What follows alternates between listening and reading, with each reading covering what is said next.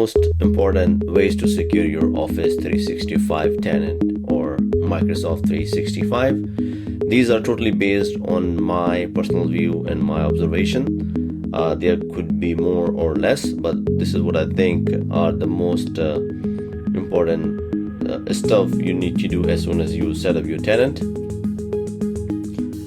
So as soon as you set up your tenant, there is already a video. You're gonna see it how to use a dedicated admin accounts, and you'll find more detail in that video, so we'll skip that. But again, idea is that you should use a dedicated admin account for the tenant management.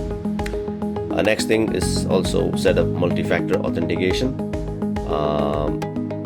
This is another way to secure your tenant, especially on the admin accounts.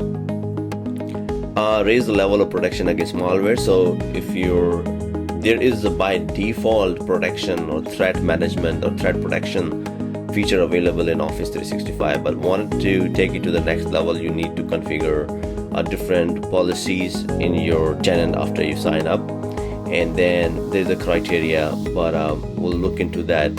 Individual videos coming soon. How can you customize or improve the security posture of your Microsoft 365 tenant? And same applies to the ransomware. There are like threat management policies you can create. So there are like 3-4 different areas you need to work on and set those policies. Same thing for the anti-phishing policies. There is a default policy, but again, somebody is impersonating your domain or user. How to set those up and work on those policies. So there will be more videos coming soon about each and every part of it, pretty much on the security posture of your 365 tenant.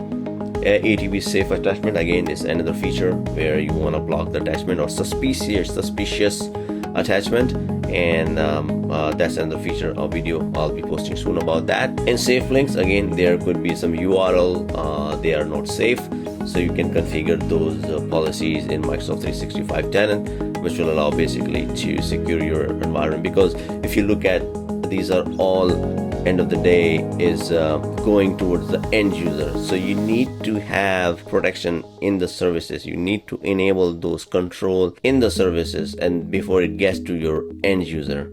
Another could be like training the user. Before we do that on the end user training side, you got to make sure you take care as an IT on your side of it and make sure you're doing and taking the steps toward making those policies to secure your tenant, secure your services, and then you can also start training the user. And there are as I said, it doesn't have to be these 7 steps, but I think, in my opinion, that's how I want to set up my tenant to secure it and go from there.